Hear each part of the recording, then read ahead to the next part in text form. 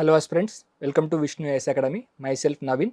So మనము విష్ణు ఐఏఎస్లో year long program with mentorship Margadarshi 3.0 start చేస్తున్నాము. దానిలో భాగంగా మనతో పాటు శివ సార్ ఉన్నారు. సో మనకు కొన్ని క్వశ్చన్స్ ఉన్నాయి, ఆ క్వశ్చన్స్ సార్ క్లియర్ చేస్తారు. So hello Shiva sir. Hi sir, good afternoon sir. Sir, ఇక్కడ మనం మార్గదర్శి 3.0 ప్రోగ్రామ్ స్టార్ట్ చేస్తున్నాం సార్. ఎస్ సో ఇక్కడ కొన్ని క్వైరీస్ ఉన్నాయి సార్ స్టూడెంట్స్ నుంచి. ఓకే. సో మనం క్లియర్ చేయాల్సిన అవసరం ఉంది. Yes sir. So first question వచ్చేసరికి, సో ఏ సెట్ ఆఫ్ పీపుల్కి, ఏ సెట్ ఆఫ్ ఆస్పిరెంట్స్కి ఈ మార్గదర్శి 3.0 అవసరం sir? Okay sir, Vishnu IAS academy is very famous for it's year long test series sir. So this Margadarsi 3.0 is simply a continuation of Margadarsi 1.1 and 2.0 sir. Already it has proved results. Margadarsi 2.0 programme అనేది సక్సెస్ఫుల్గా we could able to get lot of people prepared for both mains and prelims at a time. ఒక 7 months programme రిగరస్గా జరిగింది. So this year also we are going for a integrated prelims cum mains test series for 7 months sir. This will be for 7 to 8 months and number of days are 210 days.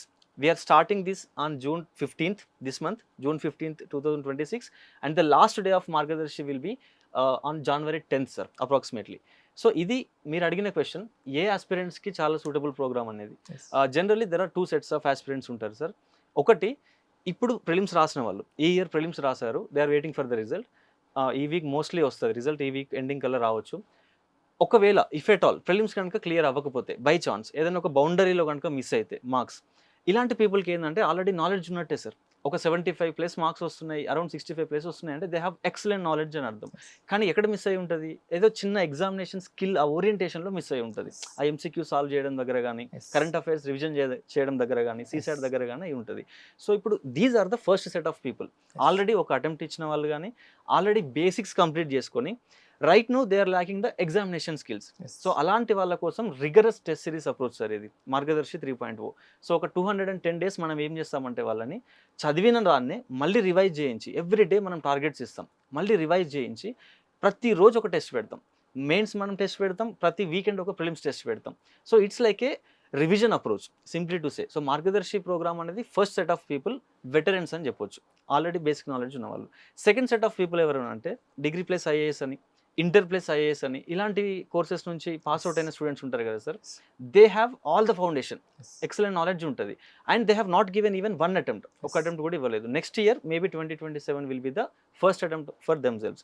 అలాంటి స్టూడెంట్స్కి పర్ఫెక్ట్గా ఒక 7 monthsలో total syllabus revise చేయించి, answer writing skill develop చేయించి, prelims including CSAT, including essay, including ethics, ప్రతి ఒక్కటి 100% యూపీఎస్సీలో ఉన్న ప్రతి కీవర్డ్తో సహా వాళ్ళని ప్రాక్టీస్ చేయించాలి అనేది ఇది target sir. So 2 sets of aspirants, 1 are veterans and second set of people are those who have already completed the conceptual part and now they are into confusion, how to write an answer, how to go for prelims, solving the questions of MCQ.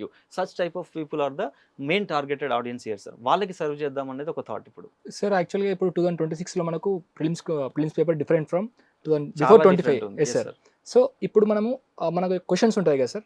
So ఆ questions ఎలా చేయొచ్చు, అంటే ఎలా ఉండొచ్చు questions sir? ఇప్పుడు recent పేపర్లో ఒక trend చూస్తే అసలు ఎవరు అనుకోలేదు even case study based questions వచ్చినాయని, పబ్లిక్ అడ్మినిస్ట్రేషన్ నుంచి క్వశ్చన్స్ వచ్చాయనేది ఒక డిబేట్ జరుగుతుంది. సో యాక్చువల్గా యూపీఎస్సీ ఏంటి అంటే sir, they never go out of the syllabus నుంచి బయటకు ఎప్పుడూ వెళ్ళదు యూపీఎస్సీ. ఇది ఒక మిస్కన్సెప్షన్ అంతే. అది కేస్ స్టడీ క్వశ్చన్ అని అంటే పర్ఫెక్ట్గా if you trace it goes back to the governance subject. Polity and governance ఉంటుంది కదా, గవర్నెన్స్ సబ్జెక్ట్ నుంచి ఇప్పుడు క్వశ్చన్స్ ఇస్తున్నారు. అంటే విత్ ఇన్ ద సిలబసే ఇస్తున్నారు, కానీ వాళ్ళు ఏం చేస్తున్నారు అంటే ఒక న్యూనెస్ తీసుకొస్తున్నారు. అంటే ఇది ఏదో కొత్తది అనేలాగా భయపడేలాగా చేస్తున్నారు. ఎందుకు? ప్యాటర్న్ చేంజ్ చేస్తున్నారు. If you see the pattern sir, 2020 వరకు కూడా టాపర్స్ ఎవరిని చూసినా వాళ్ళు ఎట్లా క్లియర్ చేసిందంటే, ఒక క్వశ్చన్ ఇస్తారు, 4 ఆప్షన్స్ ఇస్తారు, అందులో నుంచి అంటే నాలెడ్జ్ ఎవరికైతే ఉంటుందో definitely they will clear the prelims వరకు అట్లా ఉండేది.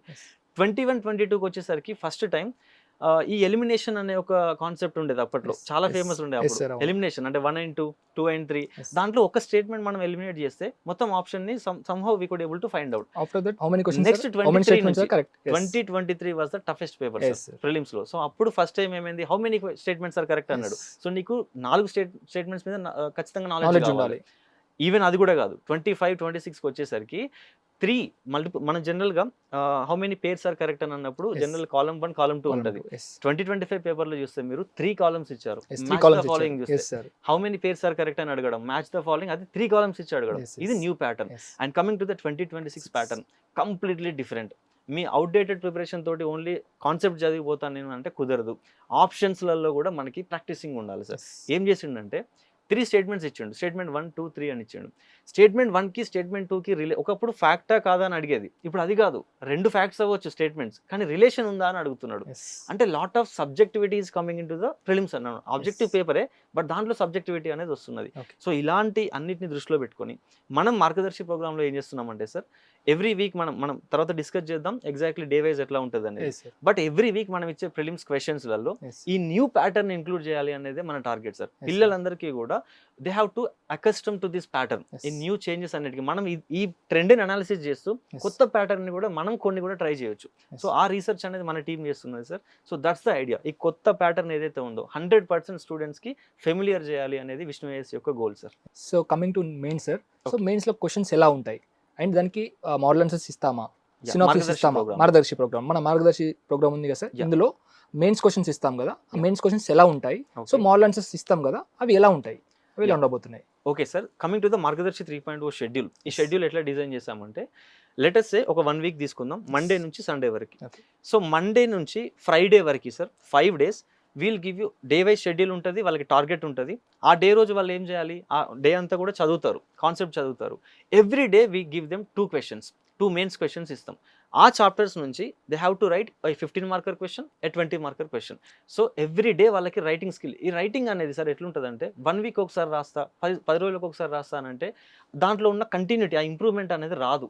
సో జనరల్లీ రైటింగ్ ఏం చేయాలి, ఎవ్రీ డే రాయాలి. ఎవ్రీ డే రాస్తే హ్యాండ్ రైటింగ్ ఇంప్రూవ్ అవుతుంది, కంటెంట్ పార్ట్ ఇంప్రూవ్ అవుతుంది, ప్రెజెంటేషన్ పార్ట్ ఇంప్రూవ్ అవుతుంది, ఒక లాంగ్ టర్మ్ స్కిల్ అనేది డెవలప్ అవుతుంది. సో మండే టు ఫ్రైడే మన ఫోకస్ అంతా కూడా మెయిన్స్ క్వశ్చన్స్ మీద ఉంటుంది sir. And coming to the Saturday రోజు ఈ 5 daysలో ఏదైతే సబ్జెక్ట్ వాళ్ళు రివైజ్ చేశారో దాని మీద we are going to give 50 questions, 50 MCQs ఇస్తాం. ఆ 50లో కూడా ఫస్ట్ 30 అనేది ఆ జిఎస్ సంబంధించిన సబ్జెక్ట్ ఏదైతే ఉంటుందో దాని మీద ఉంటుంది. బట్ ప్రిలిమ్స్కి సార్ మీరు చూస్తే ఎక్సలెంట్ నాలెడ్జ్ ఉన్న పీపుల్ కూడా మ్యాథమెటిక్స్, ఆ మ్యాథమెటిక్స్ కూడా కాదు, కరెక్ట్గా చెప్పాలంటే సీసెట్, అది యాప్టిట్యూడ్, ఈవెన్ ప్యూర్ మ్యాథ్స్ కాదు, యాప్టిట్యూడ్ వల్ల మంచి బ్రెయిన్స్, చాలా బ్రెయిన్స్ ఎలిమినేట్ అయిపోతున్నాయి. సో మనం ఏం చేస్తున్నాం, ఈ ప్రిలిమ్స్ ఎవ్రీ సాటర్డే ఇచ్చే 50 questions డెఫినెట్గా ఒక 10 questions సీసెట్ కూడా ఇస్తున్నాం సార్. సో ఆ వీక్కి మనకి సీసెట్ సిలబస్ ఉంటుంది, ఆ 10 questions వాళ్ళు within the time frame solve చేయగలగాలి. So 30 questions GS, 10 questions CSAT ఇస్తున్నాం. And not only that 2026 paper మీరు ఇంతకుముందు అడిగారు కాబట్టి కరెంట్ అఫైర్స్, ప్రతి క్వశ్చన్లో కరెంట్ అఫైర్ని ఇంక్లూడ్ చేస్తున్నాడు. జాగ్రఫీ క్వశ్చన్ ఒకప్పుడు ఏదో కాంటినెంటల్ డ్రిఫ్ట్ థియరీ గురించి ఏదో అడిగేది, బట్ ఇప్పుడు అది అడగట్లేదు. కాంటినెంటల్ డ్రిఫ్ట్ థియరీకి స్టాటికే, దానికి సంబంధించిన ఇప్పుడు రైట్ నౌ ఎక్కడెక్కడ టెక్టోనిక్ మూవ్మెంట్స్ ఏమన్నా ఇన్సిడెంట్స్ కానీ జరిగితే దాని గురించి అది అడుగుతున్నాడు question. So current affairs plays very key important role in the preparation. So ప్రతి సాటర్డే రోజు ఆ 50 questionsలో మనం ఒక 10 questions ఇస్తున్నాం సార్ కరెంట్ అఫైర్స్. దీనివల్ల ఏమవుతుంది స్టూడెంట్స్కి అంటే ఎవ్రీ వీక్ అప్డేట్ అవుతారు. ఎట్ ద సేమ్ టైం ఈ ఎంసీక్యూ ఫార్మాట్లో ఇస్తున్నాం మనం. So current affairs almost at the end of 2-10 days if they see around ఒక 500 to 600 questions వాళ్ళు కరెంట్ అఫైర్స్ రూపంలో కూడా చదువుతారు సార్.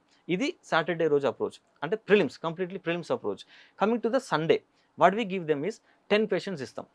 మండే టు ఫ్రైడే వాళ్ళు ఏదైతే చదివిల్లో ఆ 10 questionsలో 9 ఏమో జిఎస్ వస్తాయి, ఒక question we give from the current affairs. ఎందుకంటే even if you see the mains అక్కడ కూడా కరెంట్ అఫైర్స్ యొక్క రోల్ చాలా ఎక్కువ ఉంది. So this is 1 week schedule sir. Monday to Friday GS questions 2, Saturday రోజు 50 questions including CSAT, including current affairs and GS, and Sunday రోజు we give the mains. So ఈ అప్రోచ్లో కనుక జిఎస్ 1 నుంచి మనం we are starting with the polity. Even sir మనం ఏది first సబ్జెక్ట్ని పెట్టాలి అనే దగ్గర కూడా we have done lot of research. మన టీం అంతా కూడా మనం కూర్చున్నాం. ఎందుకు అనంటే GS1, GS2, GS3 ఇట్లా వెళ్తే, ట్రెడిషనల్గా వెళ్తే కొన్ని సబ్జెక్ట్స్ హై ఈల్డింగ్ సబ్జెక్ట్స్ ఉంటాయి, అవి లాస్ట్లో వస్తాయి.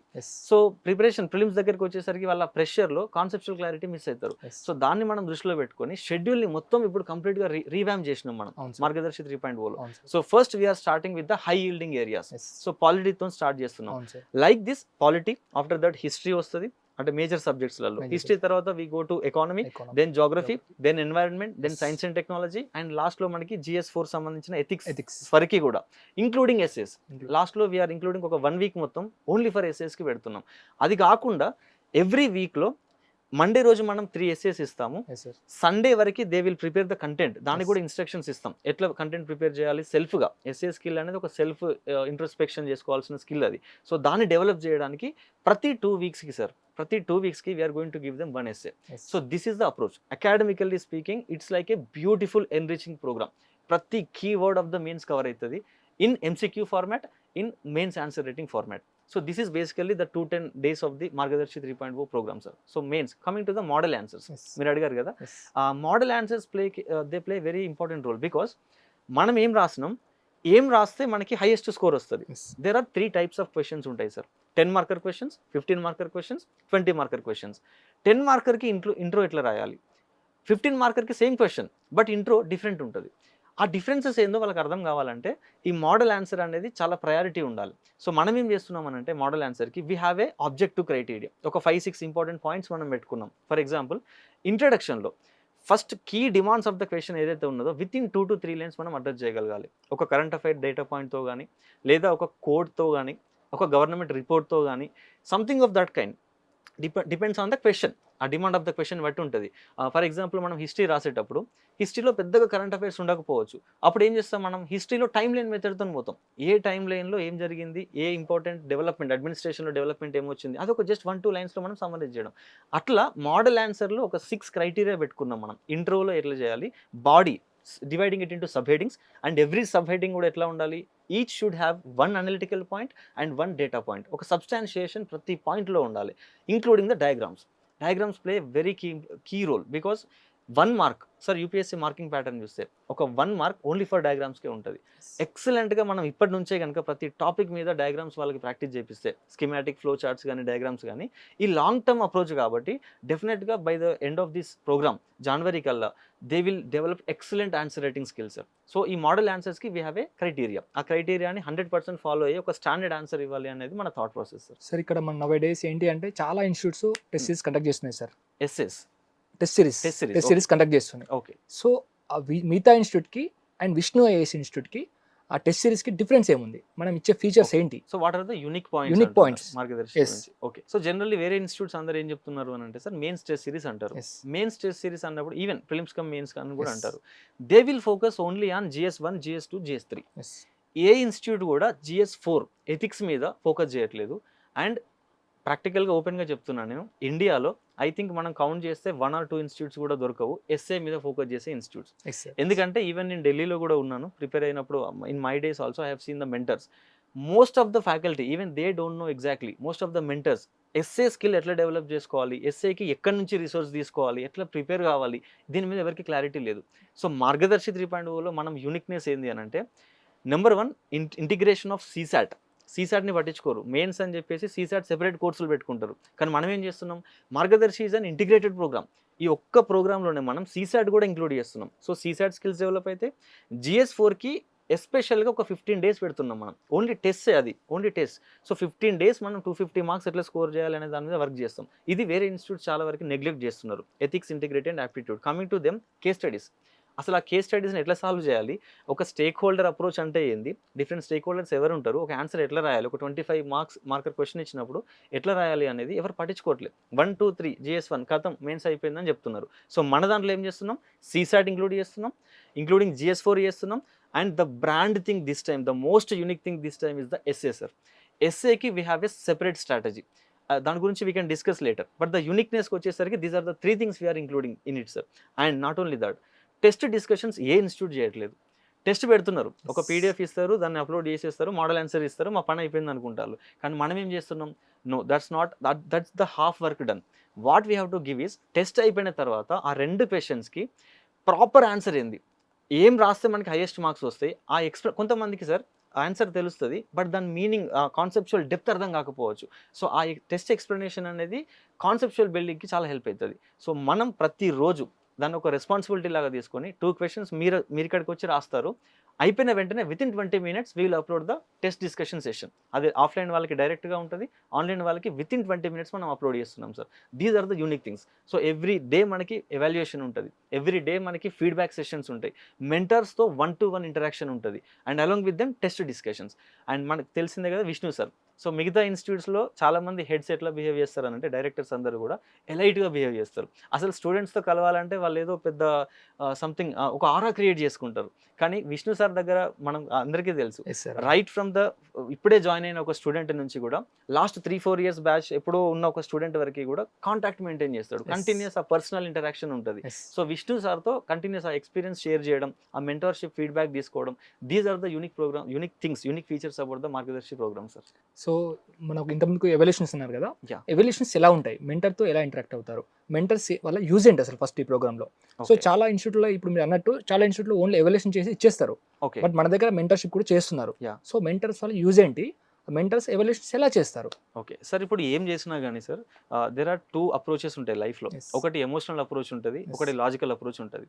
ఎమోషన్స్తో చేస్తే ఏదైనా టెంపరీ, ఎస్ లాజిక్తో చేస్తే ఏదైనా పర్మనెంట్ ఉంటుంది. ఎస్ సో మనం ఎవాల్యుయేషన్కి ఒకసారి ఒక మెంటర్ ఉంటారు, అతను వెళ్ళిపోవచ్చు ఇన్స్టిట్యూట్ నుంచి, ఇంకో మెంటర్ వస్తారు. మెంటర్ స్పెసిఫిక్గా ఉండొద్దు, ఎవాల్యుయేషన్స్ అనేవి మెంటర్ స్పెసిఫిక్ ఉండొద్దు, ఇన్స్టిట్యూషన్ స్పెసిఫిక్గా ఉండాలి. ఎస్ సో మనం దాన్ని దృష్టిలో పెట్టుకొని విష్ణు ఐఏఎస్ అకాడమీకి ఒక స్టాండర్డ్ ఎవాల్యుయేషన్ ప్యాటర్న్ డెవలప్ చేసినాం.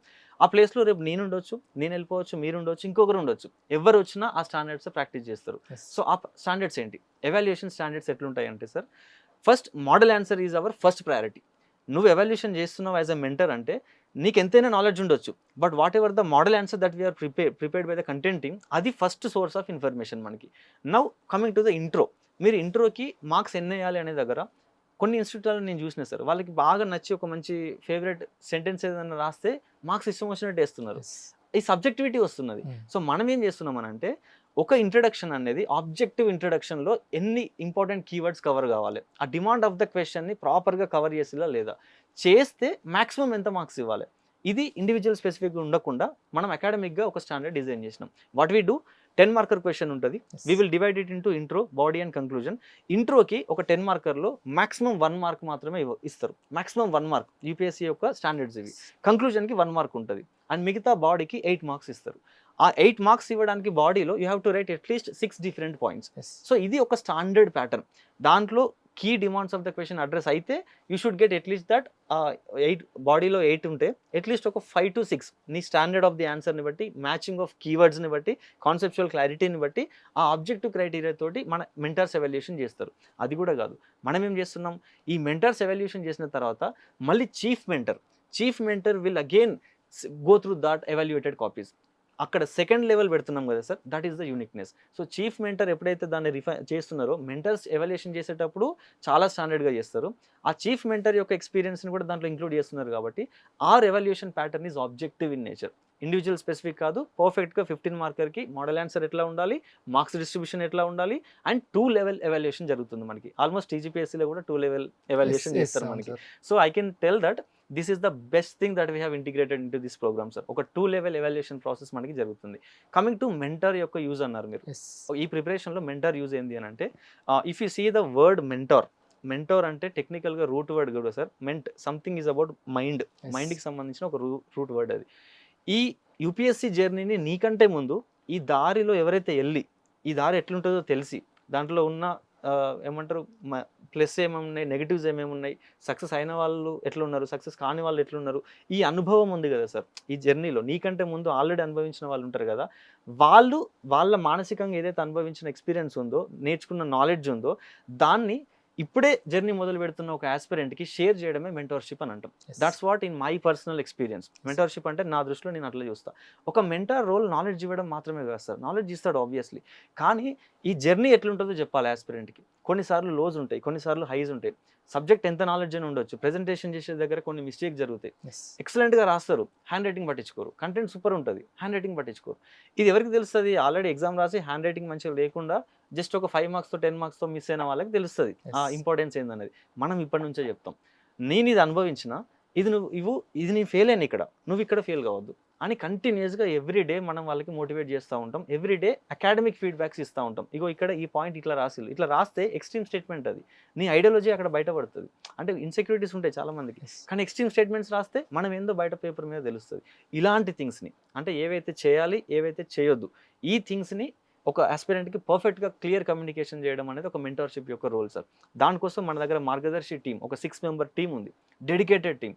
వీళ్ళు కంటిన్యూస్గా ఎవ్రీడే ప్రతి స్టూడెంట్తో మాట్లాడతారు. ప్రతి స్టూడెంట్ యొక్క ఎవాల్యుయేటెడ్ కాపీస్ని వాళ్ళ ముందు పెట్టేసి మీరు ఏం మిస్టేక్ చేశారు, మీ దగ్గర స్ట్రెంగ్త్ ఏంటి, మీ స్ట్రెంగ్త్ మీ వీక్నెస్ రెండు మీ ముందు పెడతారు. సో మీరు దాన్ని ఎట్లా ఇంప్రూవ్ చేసుకోవాలనేది మీ choice. So that's what the role of mentorship sir in Margadarshi program. Sir coming to notes preparation sir, చాలా మందికి ఏంటంటే నోట్స్ ఎలా ప్రిపేర్ చేసుకోవాలో తెలియదు. కొంతమందికి నాలెడ్జ్ ఉంటుంది, బట్ దాన్ని షార్ట్ నోట్స్ ఎలా చేసుకోవాలి for mains perspective and prelims perspective. So దానికి మెంటర్స్ ఎలా యూజ్ అవుతారా, హెల్ప్ చేస్తారా? Okay, so note making making మార్గదర్శి ప్రోగ్రామ్లో సార్ ఇది చాలా ఇంపార్టెంట్. ఎందుకంటే నువ్వు ఎవ్రీ డే ఒక 2 క్వశ్చన్స్ రాయాలి అంటే ఫస్ట్ ఆ 2 క్వశ్చన్స్ సంబంధించిన కంటెంట్ రివిజన్ చేయాలి. ఫస్ట్ రివిజన్ చేయాలి అని అంటే మొత్తం టెక్స్ట్ బుక్ మళ్ళీ చదవలేవు. 1000 పేజెస్ ఉంటుంది లక్ష్మీకాంత్, అదంతా మళ్ళీ చదవలేము మనం. సో రివిజన్ స్ట్రాటజీకి అండ్ నోట్ మేకింగ్కి ఒక సింపుల్ ఫార్ములా చెప్తా సార్, ఆస్పిరెంట్స్ అందరూ ఇది గుర్తుపెట్టుకోవాలి. Whenever you read first time ఏ సబ్జెక్ట్ చదివినా కానీ మీరు ఏ నోట్ మేకింగ్ చేయొద్దు. ఫస్ట్ టైం జస్ట్ చదవాలంతే, నార్మల్ క్యాజువల్ రీడింగ్ చేయాలి, అర్థం చేసుకోవాలి. సెకండ్ టైం ఏం చేయాలి, ఒకసారి అయిపోయిన తర్వాత you have to go through the PYQs. Prelims PYQs ఒకసారి ఆ చాప్టర్ మీద ఏమొచ్చినాయో చూడాలి, మెయిన్స్ పీవైక్యూస్ ఏమొచ్చినాయో చూడాలి. Then you will understand. ఒక చీకటి రూమ్లోకి వెళ్ళి పైనుంచి ఒక చిన్న టార్చ్ లైట్ పట్టుకొని ఇట్లా చూస్తుంటే ఏదైతే స్పెసిఫిక్గా కనిపిస్తుందో పీవైక్యూస్ అట్లాంటివి. ప్రీవియస్ ఇయర్ క్వశ్చన్స్ పట్టుకొని ఇట్లా చూడాలి సిలబస్ని, ఏదేది ఎక్కడెక్కడ ఏ ఇయర్లో వచ్చిందో చూడాలి. అప్పుడు అర్థమవుతుంది స్టూడెంట్కి, అచ్చా ఈ పేజ్లో ఇగో ఇది పలానా ఇయర్లో వచ్చింది అనేది అర్థమవుతుంది. వచ్చినప్పుడు అది ఇంపార్టెంట్ పాయింట్ అనే విషయం అర్థమవుతుంది. So second layer is after reading the content you have to go through the PYQs. Now note making stage వస్తుంది. నవ్ యూ నో ఏది ఇంపార్టెంట్ ఏది అన్ఇంపార్టెంట్ నీకు తెలిసిపోయింది. ఇప్పుడు ఏం చేయాలి, ఆ థీమ్ మీద మొత్తం రాయొద్దు సార్, ఓన్లీ ఆ పర్టికులర్ థీమ్ మీద. నీకు మెయిన్స్లో నీకు ఏమొస్తాయి, మార్క్స్ రావాలంటే ఏంటి, 3 ఫార్మాట్స్ ఆఫ్ క్వశ్చన్స్ ఉన్నాయి. 15 మార్కర్, 20 మార్కర్, 10 మార్కర్. నువ్వు నోట్స్ చేయడం కూడా ఈ 15 మార్కర్కి, 20 మార్కర్కి, 10 మార్కర్కి చేసుకోవాలి. సింప్లీ టు సే ప్రతి టాపిక్ మీద క్రక్స్ కోర్ కంటెంట్ ఒక 300 వర్డ్స్ ఉండాలి. నీ దగ్గర కనుక అలాంటి A4 షీట్స్ ఉంటే, ప్రతి టాపిక్కి 300 వర్డ్స్ నీ దగ్గర ఉంటే, ఒక 700 to 800 మినీ టాపిక్స్ ఉంటాయి సార్ మొత్తం యూపీఎస్సీలో. ఈ 700 కనుక A4 షీట్స్ పేపర్స్ చిన్నవి నువ్వు తయారు చేసుకొని పెట్టుకోగలిగితే 100% రివిజన్ విత్ ఇన్ 2 months మెయిన్స్కి చేయగలుగుతావు, ప్రిలిమ్స్ క్లియర్ అయితే. అండ్ 100% డెఫినెట్గా మెయిన్స్లో 800+ స్కోర్ వస్తుంది సార్. కరెంట్ అఫైర్స్ సార్, మన 2026 పేపర్ చూసుకుంటే dominated, current affairs dominated paper. So current affairs ఎలా ప్రిపేర్ అవ్వాలి? ఓకే, కరెంట్ అఫైర్స్కి వచ్చేసరికి డిఫరెంట్ స్ట్రాటజీ ఉంటుంది సార్. చాలామందికి తెలియదు, న్యూస్ పేపర్ చదువుతూ ఉంటారు, కొంతమంది ఫ్యాకల్టీ చెప్పే చూస్తూ ఉంటారు, అంటే ఇట్స్ లైక్ సింగిల్ వే అప్రోచ్లో వెళ్తున్నారు కరెంట్ అఫైర్స్. బట్ వాళ్ళకి అర్థం కాని పాయింట్ ఏంటంటే current affairs has 2 important things ఉంటాయి. ఒకటి, కరెంట్ అఫైర్స్ని నువ్వు మెయిన్స్లో ఇంటిగ్రేట్ చేసుకొని అక్కడక్కడ వాల్యుయేషన్ చేయడం, దట్ ఈస్ ఎనదర్ పర్పస్. రెండోది, యూపీఎస్సీ కరెంట్ అఫైర్స్ని యూజ్ చేసుకొని క్వశ్చన్ పేపర్ని తయారు చేస్తున్నది. సో ఈ 2 పర్స్పెక్టివ్లో ఎట్లా ప్రిపేర్ అవ్వాలి అని అంటే, again I will give them 3 layer approach ఇస్తా. కరెంట్ అఫైర్స్ ఎట్లా ప్రిపేర్ కావాలంటే same just I have said notes making ఎట్లా చేయాలో కరెంట్ అఫైర్స్ కూడా 3 లేయర్ అప్రోచ్తో చేస్తారు sir. Number 1, every day news paper only editorial page చదవండి, వేరే ఏం చదవద్దు. ఫస్ట్ బిగినర్, మీకు తెలియదు కాబట్టి ఓన్లీ న్యూస్ పేపర్లో ఎడిటోరియల్ పేజ్ చదవండి. చదివి దాంట్లో నుంచి నువ్వేం నోట్స్ మేక్ చేయొద్దు, ఈ ఇష్యూ ఏంది, దేని గురించి మాట్లాడుతున్నాడు, ఒక ఒపీనియన్ ఫామ్ చేసుకోవాలి. Editorial is all about that opinions form చేసుకున్న తర్వాత కొన్ని పాజిటివ్స్ ఉంటాయి, కొన్ని నెగిటివ్స్ ఉంటాయి, but opinions are very important, మెయిన్స్లో మనకి యూజ్ అవుతాయి ఇవి. సెకండ్ లేయర్ అప్రోచ్, కరెంట్ అఫైర్స్కి ఏం చేయాలి, ఎవ్రీడే నువ్వు చదువుతున్నావు newspaper within 30 minutes sir. 30 minutes కంటే ఎక్కువ చదవద్దు న్యూస్ పేపర్. ఎందుకు, 4 ఆర్టికల్సే ఉంటాయి. 4 ఆర్టికల్స్లో 2 న్యూస్ పేపర్ వాళ్ళు రాస్తారు, 2 బయట వాళ్ళు రాస్తారు. న్యూస్ పేపర్ వాళ్ళు రాసేది రీసెర్చ్ బేస్డ్ ఉంటుంది, 100% చదవాలి. ఈ 2 పర్సనల్ ఒపీనియన్స్ ఉంటాయి, బట్ స్టిల్ వాళ్ళు కూడా రీసెర్చ్ చేస్తారు, అయినప్పటికీ సెలెక్ట్ చేసుకొని చదవాలి. అది యూపీఎస్సీకి అవసరమా కాదా, అవసరమైతే ఆర్టికల్ చదవాలి, లేకపోతే లేదు. ఇప్పుడు అర్థమై ఉంటుంది, చాలా ఈజీ. న్యూస్ పేపర్ చదవడం అంటే మాక్సిమం 3 ఆర్టికల్స్ 4 ఆర్టికల్స్ కంటే ఎక్కువ ఉండవు. ఇది లేయర్ 1. లేయర్ 2 ఏం చేయాలి, మంత్లీ మ్యాగజైన్స్. ప్రతి ఇన్స్టిట్యూట్ మంత్లీ మ్యాగజైన్స్ రిలీజ్ చేస్తుంది, but Vishnu IAS is coming up with the standard approach. Again ఎవాల్యుయేషన్కి ఎట్లయితే మనం చేసినామో, this year we are going to have a very rigorous approach. Current affairs మ్యాగజైన్కి కూడా చాలా ఆబ్జెక్టివ్ క్రైటీరియా పెట్టుకున్నాం మనం. సో ప్రతి మంత్ అయిపోయిన తర్వాత మ్యాగజైన్ వస్తుంది. అప్పుడు ఏం చేయాలి, వీళ్ళు టోటల్ మ్యాగజైన్ 150 pages ఉంటే they have to divide that into 5 pages of each day. ఒక డేకి 5 pages అనేది పెట్టుకోవాలి. సో సెకండ్ మంత్ నుంచి ఏం చేస్తారంటే న్యూస్ పేపర్ ఎవ్రీడే చదువుతారు 30 minutes. ఇది కాకుండా లాస్ట్ మంత్లో జరిగిన కరెంట్ అఫైర్స్ యొక్క మ్యాగజైన్ ఉంటుంది కదా, ఒక 5 pages ఈ రోజు చదవాలి, నెక్స్ట్ 5 pages నెక్స్ట్ డే చదవాలి. దీనివల్ల ఏమవుతుంది, 2 things. ఒకటి, యూపీఎస్సీకి ఏది ఇంపార్టెంటో అది చదువుతావు, మంత్లీ మ్యాగజైన్స్ అన్నీ కూడా యూపీఎస్సీ రిలేటెడ్ కంటెంటే ఉంటుంది. రెండోది, రివిజన్ అవుతుంది నీకు. లాస్ట్ మంత్ ఏదైతే జరిగిందో నువ్వు చదివిన ఎడిటోరియలే ఇప్పుడు డిఫరెంట్గా వస్తుంది. నువ్వు ఏదో టీవీకే పార్టీ విజయ్ గెలిచిండు 3 days వరకు కూడా గవర్నమెంట్ ఫార్మేషన్కి గవర్నర్ పిలవలేదు, ఇది ఇష్యూ చదువుతావు. కానీ ఇక్కడ ఏమొస్తుంది నీకు, మంత్లీ మ్యాగజైన్లో ఆఫీస్ ఆఫ్ ద గవర్నర్ గురించి వస్తుంది, డిఫరెంట్ ఆర్టికల్స్ గురించి వస్తుంది, డిస్క్రిషనరీ పవర్స్ ఆఫ్ గవర్నర్ గురించి వస్తుంది. ఇది approach.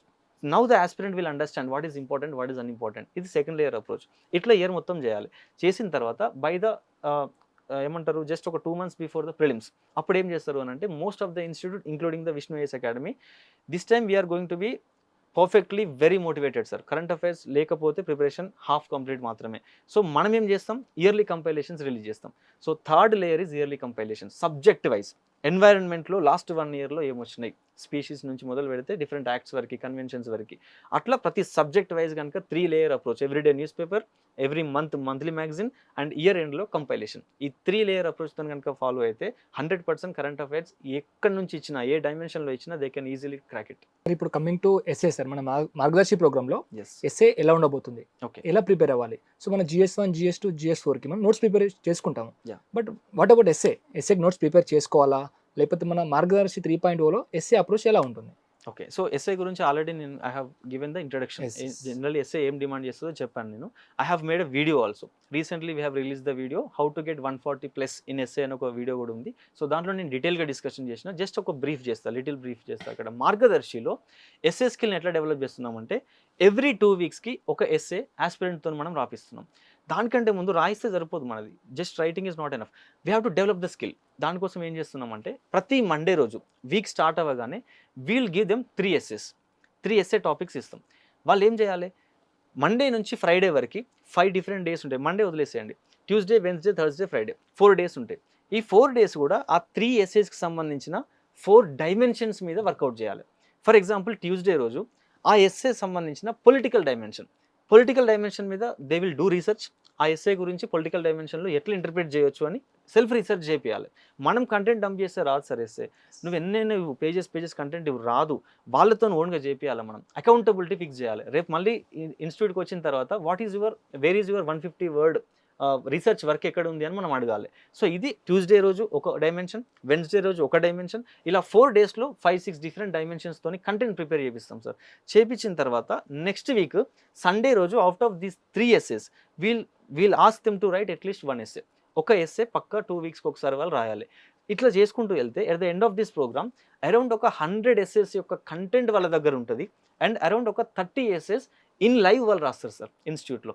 So this is the approach. ఇట్లా కనుక సెల్ఫ్ రీసెర్చ్ బేస్డ్గా వెళ్తూ ఇన్స్ట్రక్షన్స్ బేస్డ్గా వాళ్ళు రాయడం నేర్చుకుంటే we will give the instructions. ఆ కంటెంట్ని ఎట్లా మనం ఎస్ఏ లాగా రాయాలి, ఎనెక్డోట్స్ ఎట్లా యూజ్ చేయాలి, పారాగ్రాఫ్కి మధ్యలో కనెక్టింగ్ లైన్స్ ఎట్లా ఉండాలి, ఇదంతా మనం ఇన్స్ట్రక్షన్ చేస్తాం. కానీ రా కంటెంట్ అంతా కూడా వాళ్ళు వర్కౌట్ చేయాలి. సో స్టూడెంట్స్తో మనం అట్లా వెళ్తున్నాం కాబట్టి it's like A student centric approach అని చెప్పొచ్చు సార్.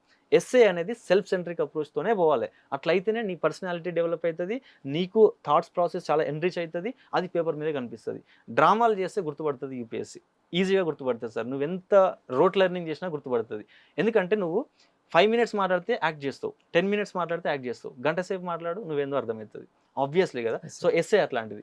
ఎస్ఏలో మనం 1200 words రాయాలి కదా, డెఫినెట్గా ఒరిజినాలిటీ ఉండాలి. సో దానికోసం మార్గదర్శిలో ఎవ్రీ 2 weeksకి ఒకసారి ఒక ఎస్ఏ పెడుతున్నాం సార్. అండ్ అరౌండ్ ఒక 100 essaysని మనం డిస్కస్ చేయబోతున్నాం క్లాస్ రూమ్లో. So this is the strategy for that. So many students sir ఏం చేస్తారంటే ప్రోగ్రామ్ స్టార్టింగ్లో చాలా ఎక్కువ మోటివేటెడ్ ఉంటారు, ఫైర్ మీద ఉంటారు, కరెక్ట్ లాస్ట్కి వచ్చేసరికి చల్లారిపోతారు. కరెక్ట్. సో దాన్ని ఏం చేయాలి అంటే వాళ్ళని ఎట్లా కన్సిస్టెంట్గా ఎట్లా తీసుకొని రావాలి అంటే వాళ్ళకు స్టూడెంట్ని ఒక మెంటర్ ఎట్లా కన్సిస్టెంట్ మెయింటైన్ చేయమని చెప్పాలి, దానికోసం మనం ఏం చేయగలుగుతాం? ఓకే, ఒకటి సార్, ఇప్పుడు just already I have told that ఎమోషన్కి లాజిక్కి డిఫరెన్స్ చెప్పినాను నేను. సో స్టూడెంట్స్ ఎవరైతే ఎమోషన్ బేస్డ్గా ప్రిపరేషన్ చేస్తారో వాళ్ళకి హైస్ అండ్ లోస్ అనేవి ఉంటాయి. అట్లా కాకుండా ప్రిపరేషన్కి మనం ఒక షెడ్యూల్ ఇవ్వాలి. నచ్చిన సబ్జెక్ట్ చదవడం కాదు. ఈ రోజు ఒక టార్గెట్ బేస్డ్ అప్రోచ్లో తీసుకుపోవాలి. ఫస్ట్ 1 month ఆబ్వియస్లీ మోటివేటెడ్గా ఉంటారు, మనం ఏం పెద్ద చేయాల్సిన అవసరం లేదు, వాళ్ళే విపరీతంగా చదువుతారు. కానీ 2nd month నుంచి మీరు అన్నట్టుగా లోగా ఫీల్ అవుతూ ఉంటారు. అప్పుడు మనం ఏం చేయాలి అని అంటే ఈ లోగా ఫీల్ అవుతున్న టైంలో మనం వాళ్ళకి మెంటల్ సపోర్ట్ ఇచ్చి ఆ లిటిల్ మోటివేషన్ ఆస్పెక్ట్ ఉంటుంది కదా, నీకు చదవబుద్ధి అయితలేదు అయినా నువ్వు చదవాలి. ఎందుకు? You are investing your time అనేది సార్. ఇప్పుడు మనం ఇదే ప్రైవేట్ మార్కెట్లోకి వెళ్ళి వేరే జాబ్లు చేసుకుంటే సేమ్ టైం నువ్వు అక్కడ 8 hours పెడితే you may earn around 1 lakh, you may earn around 2 lakhs per month. అదంతా ఆపర్చునిటీ కాస్టే కదా. అది వదిలేసి నువ్వు ప్రిపరేషన్ సర్వీస్ చేయడానికని వస్తున్నావు. మరి ఇక్కడ చేసే ఏదైతే ఉందో నువ్వు మోటివేషన్ మీద డిపెండ్ అవుతావా, లాజికల్ అప్రోచ్తో వెళ్తావా?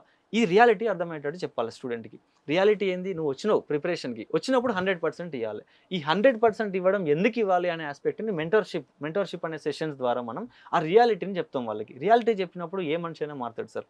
మారుతాడని కాదు, ఏ మనిషి అయినా అలర్ట్గా ఉంటాడు రియాలిటీ అర్థమైనప్పుడు. సో మెంటర్షిప్ సెషన్స్ మనం ఎవ్రీడే తీసుకోవడానికి one of the reason is to keep them motivated. కంటిన్యూస్గా వర్క్ చేయడానికి ఒక ఫ్యూయల్, ఒక ఇంజన్ లాగా పనిచేస్తాం మనం మెంటర్స్ అందరూ కూడా. సో ఫైనల్గా మన యొక్క ఆస్పిరెంట్స్కి Yeah. సో ఏం మెసేజ్ ఇవ్వాలనుకుంటున్నారు మీరు? Simple sir. ప్రిపరేషన్ అందరూ చేస్తారు, నాలెడ్జ్ అందరూ గెయిన్ చేస్తారు, కానీ ఎగ్జామ్ స్కిల్స్ అందరికీ రావు. సో ఎగ్జామ్ స్కిల్స్ ఎవరికైతే డెవలప్ చేసుకోలేక ఎట్లా డెవలప్ చేసుకోవాలో అర్థం కాక ఇలాంటి సందిగ్ధతలు ఉన్న వాళ్ళు ఉంటారు కదా, కన్ఫ్యూజన్లో ఉన్న వాళ్ళు ఉంటారు కదా, వాళ్ళ కోసమే మార్గదర్శి ప్రోగ్రామ్ అనేది తీసుకొస్తున్నాం. So this is going to B started on June 15th, not June 5th, it is on June 15th, 2026. So ఈ June 15th నుంచి నెక్స్ట్ ఇయర్ January 10th వరకు కూడా ఏ స్టూడెంట్ అయితే మనం ఇచ్చిన షెడ్యూల్ని Day 1 నుంచి Day 210 వరకు 100% మనస వాచ కర్మన వాళ్ళు ఆ ప్యూరిటీ కావాలి సార్. ఆ ప్యూరిటీతో సిన్సియర్గా ఎవరైతే ఇంప్లిమెంట్ చేస్తారో, ఎవ్రీ డే 2 questions రాయాలి, ఎవ్రీ సాటర్డే 50 questions చేయాలి, టెస్ట్ డిస్కషన్స్ అటెండ్ కావాలి, ఆ మెంటర్షిప్ సెషన్స్ యూజ్ చేసుకోవాలి, ఎవరైతే 100% చేస్తారో డెఫినెట్గా 2027లో they will be in the final list sir. So అది మన టార్గెట్. ఈ 210 daysని మీరు రిగరస్గా యూజ్ చేసుకుంటే ఒక 1 year నువ్వు ఆల్రెడీ పెడుతున్నావు, ఆల్రెడీ వచ్చినావు, అశోక్ నగర్కి వచ్చినావు, చదువుతున్నావు, ఇంటి దగ్గర ఉన్నావు, ఆన్లైన్లో చదువుతున్నావు, టైం పెడుతున్నావు, టైం మళ్ళీ రాదు. ఆ టైం విలువ మాకు తెలుసు. సో మనం ఏం చేస్తున్నాం, ఎఫిషియన్సీ ఎట్లా తీసుకురావాలి అనేది మన పాయింట్ సార్. నార్మల్గా సబ్జెక్ట్ ఎవరికైనా వస్తుంది, కానీ ఆ రూట్ ఇవ్వాలి, ఆ డైరెక్షన్ ఇవ్వాలి. సో విష్ణు సార్కు ఉన్న ఎక్స్పీరియన్స్ 15 years ఆఫ్ ఎక్స్పీరియన్స్ ఉంది. అండ్ ఇక్కడ మనకి even I have given 5 attempts, you have excellent experience, you have given 6 attempts. మనకు తెలుసు ఆ జర్నీ యొక్క ఇంపార్టెన్స్ ఏంది అనేది, టైం వాల్యూ ఏందనేది మనకు తెలుసు. నువ్వు ఇందులోకి వచ్చినావంటే 1 yearలో బయటికి పోవాలి, 1 yearలో నువ్వు ర్యాంక్ తెచ్చుకొని బయటికి పోవాలి. లేదు ఎక్కడ మిస్ అవుతుంది, సెకండ్ ఇయర్ అటెంప్ట్ ఇవ్వచ్చు, ఎప్పుడు నువ్వు ఇంప్రూవ్ చేసుకుంటా అనే ఒక అది ఉంటేనే ఇవ్వాలి, లేకపోతే బయటికి వెళ్ళిపో, అవసరం లేదు కదా. ఎందుకంటే సార్ చూసిన నేను చాలామందిని, వాళ్ళు వస్తున్నారు, ఇది ఒక డైలీ రొటీన్ లాగా చేస్తున్నారు, కానీ ఆబ్జెక్టివ్, ఆ పర్పస్ మర్చిపోతున్నారు. సో ఆ ఆస్పెక్ట్ని దృష్టిలో పెట్టుకొని ఎఫిషియన్సీ తీసుకురావడం కోసమే మార్గదర్శనం తీసుకొచ్చాం. మీ ప్రిపరేషన్ కనుక బేసిక్ నాలెడ్జ్ ఉంటే, టెస్ట్ సిరీస్ ఓరియంటేషన్ మీకు మిస్ అవుతుంది అనుకుంటే, మెయిన్స్ రైటింగ్ స్కిల్ మొత్తం డెవలప్ చేయడం మా బాధ్యత. ప్రిలిమ్స్కి సంబంధించిన ఆ ఆప్షన్స్ని ఎట్లా అనాలిసిస్ చేయాలి, ఆ ట్రిక్స్, ఆ స్కిల్స్ డెవలప్ చేయడం మా రెస్పాన్సిబిలిటీ. మీరు చేయాల్సిందల్లా ఏంది, జస్ట్ ఎన్రోల్ అవ్వడం అండ్ ఏది చెప్తే అది ఆ ఇన్స్ట్రక్షన్స్ని మనస వాచ కర్మన ఇంప్లిమెంట్ చేయడం. If you are such kind of aspirant, if you have that sincerity, then Margadarshi is for you sir. Thank you sir, thank you very much sir. మీ వాల్యుబుల్ సజెషన్ ఇచ్చినందుకు very thank you. Thank you sir, thank you so much.